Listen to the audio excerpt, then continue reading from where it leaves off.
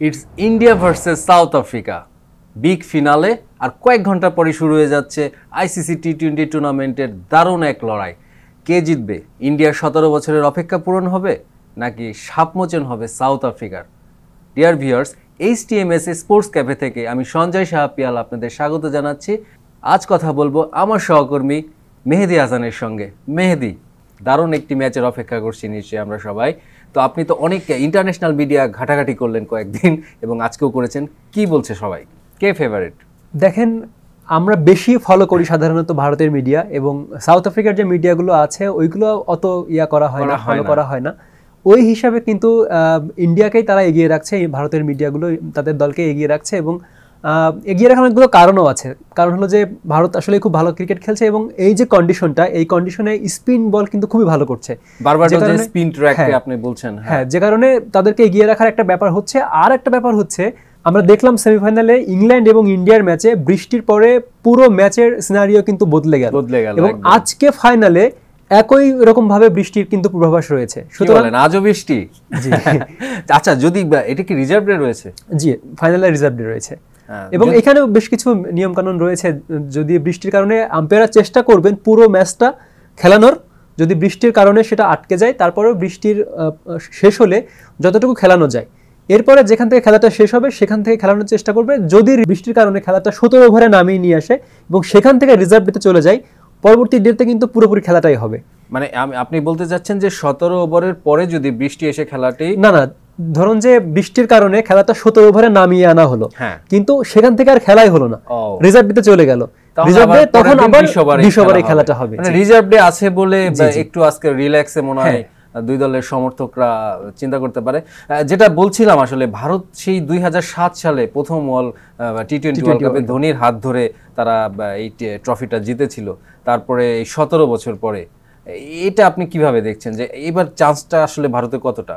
ভারতের চান্স বলতে গেলে অবশ্যই কন্ডিশনের কারণে আমি বলবো বেশি বলতে হবে, কিন্তু ভারত শুধু কিন্তু ওই 7 সালের টি-20 বিশ্বকাপটাই নয়, 13 সালে সর্বশেষ ভারত বড় মেজর ট্রফি জিতেছে ধোনির আন্ডারেই, চ্যাম্পিয়ন্স ট্রফি। এরপরে ভারত অনেকগুলো সেমিফাইনালে হেরে গেছে, ইভেন সর্বশেষ রোহিত শর্মার অধীনেই বিশ্বকাপটা হেরে গেল 50 ওভারে। তার আগে টেস্ট চ্যাম্পিয়নশিপের ফাইনাল হেরেছে রোহিতের আন্ডারে, কিন্তু পরপর 3টা বিশ্বকাপ। সুতরাং অনেকেই বলছে যে দক্ষিণ আফ্রিকা চোকার্স, আমি অনেককেই বলি যে ভারতও কিন্তু চোকার্স, কারণ সেমিফাইনালে তারা ম্যাচ হারছে, তারা ফাইনালে ম্যাচ হারছে। যেটি বললেন যে 2013 সালে সর্বশেষ তারা কোন আইসিসি ট্রফি জিতেছিল, বাট তারপরে এই 3টা ইয়েতে কখনোই জিততে পারেনি। তাহলে ফাইনালে এসে মানে ভারতও চোখ করে। আপনি যেটা বলছিলেন যে এই লাস্ট ওয়ার্ল্ড কাপে আমি ছিলাম ওখানে আহমেদাবাদে, ভারত এবং অস্ট্রেলিয়া, সেখানে কিন্তু ম্যাচের আগে এমন সব কিছু পুরো নীল হয়ে গেল মাঠ, এবং সবাই ধরেই নিল যে ভারত জিতছে। বাট পরে কিন্তু অস্ট্রেলিয়া মানে এমনভাবে শুরুটা করলো যে পুরো মাঠ নীরব হয়ে গেল। তো আজও কি তেমন কিছু হতে পারে? যেহেতু আপনি চোকার্স বলছেন, মানে সাউথ আফ্রিকার যে বোলিং অ্যাটাক, সেখানে ভারতের ব্যাটিং কতটা, মানে আপনি যদি বলি আমি যে ভারত শুরুতেই যদি ব্যাটিংই ধরে নেই তাহলে কেমন হবে? দেখেন, দক্ষিণ আফ্রিকার সুযোগ কিন্তু ভালো মতোই আছে, কারণ দক্ষিণ আফ্রিকার যে বাধাটা, সেমিফাইনাল বাধা, সেটা তারা পেরিয়ে এসেছে। এবং দক্ষিণ আফ্রিকা যে চোকিংটা করে এটা বলা হয় কারণ তারা কিন্তু ভালো ক্রিকেট খেলে, যে ফাইটিং করে মুহূর্তগুলোতে হেরে যায়। হ্যাঁ, মানে নার্ভ ধরে রাখতে পারে না। এই দলটা কিন্তু একদম শুরু থেকে আমরা দেখলাম যে নার্ভটা খুবই শান্ত রেখে খুবই ঠান্ডা মাথায় ম্যাচগুলো বের করেছে।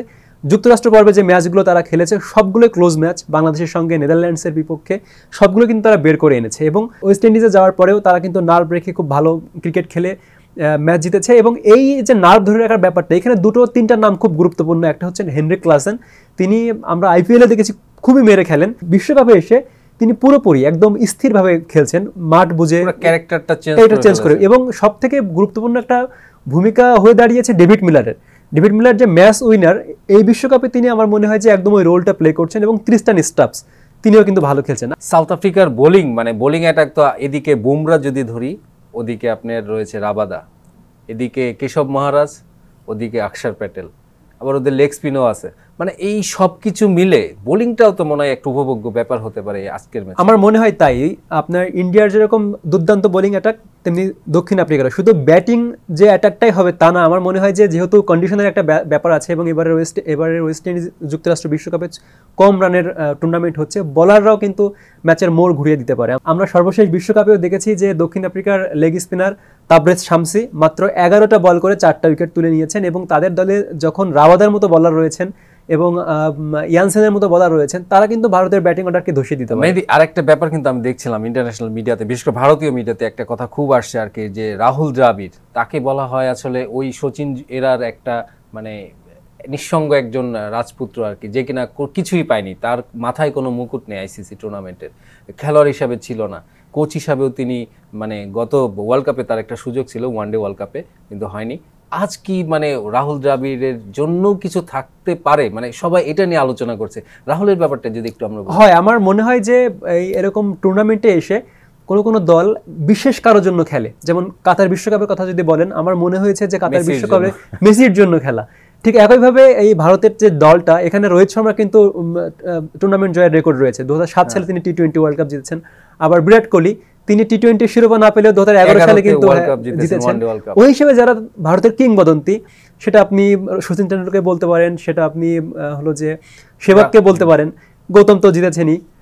একইভাবে রোহিত জিতে গেছেন। রাহুলের আজকে একটু শিখে, আমার মনে হয় যে এই দলটার পুরোপুরি রাহুলের জন্য খেলা উচিত, রাহুল দ্রাবিড়ের জন্য, যে তার মাথায় মুকুট। রাহুল কিন্তু বলেছে, তিনি প্রেস কনফারেন্সে বলেছেন যে আমরা আসলে কোনো কারোর জন্য, তিনি এই আদর্শটা বিশ্বাস করেন না যে কারোর জন্য কোনো দল খেলবে। তার কথা হচ্ছে যে আমাকে যদি কেউ জিজ্ঞাসা করে যে তুমি কেন এভারেস্ট উঠবা, আমি বলবো যে ওটা এভারেস্ট ওখানে রয়েছে তাই আমি এখানে উঠবো। তো মানে সে বুঝিয়ে দিতে যাচ্ছে যে কাল ফাইনাল জিতলে পরে ট্রফি পাবো, এই জন্য জিতবো, কারোর জন্য খেলবো না। মানে সে কি চেষ্টা করছে, এটা কি তার কৌশল, যে তিনি চাপটা একদম মানে সমান করে দিতে চাচ্ছে, আসলে চাপটা রাখতে চাচ্ছেন না? রাহুল দ্রাবিড়ের মতো একজন ক্রিকেটার, কিংবদন্তি, যিনি দীর্ঘদিন ক্রিকেট খেলেছেন, এখন আবার তিনি কোচিং এ এসেও সাফল্য পাচ্ছেন, মানে তার আন্ডারেই তো দল পরপর 3টা ফাইনাল খেললো, তার মতো একজন কোচ এরকম একেবারেই বইয়ের কথা বলবেন, সেটাই স্বাভাবিক। এবং তাকে নিয়ে আমি সৌরভ গাঙ্গুলির একটা কথা একবার শুনেছিলাম, যে তাকে যদি বলা হয় ম্যাচের আগের দিন যে তুমি সকালের নাস্তায় কি খাবা, তো যা বলবে সকালে ঠিক যে তাই পাওয়া যাবে।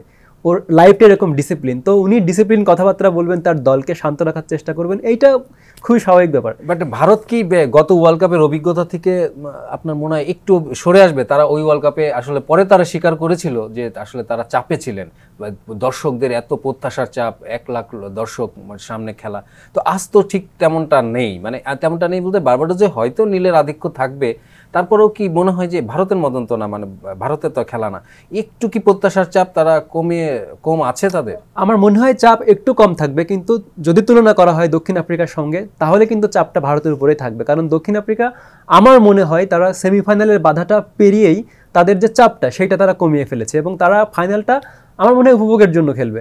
কিন্তু ওই জায়গায় ভারতের উপর কিন্তু চাপ বরাবরই থাকে, যেমন ব্রাজিলের উপর চাপ থাকে যে বিশ্বকাপ জিততে হবে, ইভেন আর্জেন্টিনার উপরেও থাকে। ওই জায়গায় কিন্তু চাপটা সবসময় ভারতের উপরে থাকে। আরেকজনের নাম নিয়ে একটু কথা বলতে ইচ্ছা করছে আসলে, আপনি গেস করতে পারছেন কে? বিরাট কোহলি। তিনি কিন্তু রানে নেই আসলে অনেক দিন, মানে এই ওয়ার্ল্ড কাপে তাকে তেমন ভাবে পাওয়াই যায়নি। তো আজকে ফাইনালে অনেকে বলছে যে ফাইনালের জন্য তিনি সবকিছু মানে ধরে রেখেছে, আপনার কি মনে হয়? ধরে রাখার তো আসলে ব্যাপার থাকে না, কিন্তু তার মতো বড় ক্রিকেটার যে কোনো বড় ম্যাচে পারফর্ম করবেন, এটা সবাই প্রত্যাশা করতেই পারে। এবং বড় ম্যাচে আপনি তার মতো বড় ক্রিকেটারকে বসিয়ে দিবেন, কিংবা তার রোল সেটা চেঞ্জ করে দিবেন, সেটা আসলে খুব কঠিন হয়। বিরাট কোহলি কিন্তু টি-20 ফরম্যাটে 3-এ খেলতেন, কিন্তু ওনার যেহেতু স্পিনের বিপক্ষে মিডলস ওভারগুলোতে রান করা একটু কঠিন হয়, ওই কারণে ওপেনিংয়ে নামিয়ে আনা। এবং যশস্বী জয়সওয়াল, তিনি কিন্তু টি-20তে খুবই ভালো করছিলেন। হ্যাঁ, জয়সওয়ালকে রেখে দুবেকে খেলানো নিয়েও একটা কথা। হ্যাঁ, শুধুমাত্র ওই যে আরেকটা ব্যাপার কিন্তু এটা মজার আসছে এখানে, যে আইপিএল এর একটা ভাইব যেন বোঝাচ্ছে, মনে হচ্ছে আর কি, যে তারা সাউথ আফ্রিকার অনেকে 8জন প্লেয়ার আইপিএল খেলেন, তো আজকে আবার ইন্ডিয়ার সাথে খেলা, তো এইগুলা কিভাবে দেখছেন? ডেভিড মিলার ভার্সেস যদি বলা যায় যে রোহিত শর্মা, কে জিতবে? আমার মনে হয় কে জিতবে বলা কঠিন, কিন্তু এই যে তারা একে অপরের বড় দলগুলো, বিশেষ করে ভারত, ইংল্যান্ড, অস্ট্রেলিয়া, সাউথ আফ্রিকার সঙ্গে এত বেশি খেলে এবং আইপিএল এ খেলে, তারা কিন্তু একে অপরকে খুবই বেশি চিনে যায়। হ্যাঁ, এবং একদম এবং এদের দর্শক আমার মনে হয় যে আমরা এখানে শেষ করতে পারি, একটু ওয়েট করি, দেখি আর কয়েক ঘন্টা মাত্র বাকি, কে জিতে তারপর নয় কালকে আবার কথা বলবো। যেই জিতুক আমরা ক্রিকেটটা উপভোগ করব। ধন্যবাদ সবাইকে।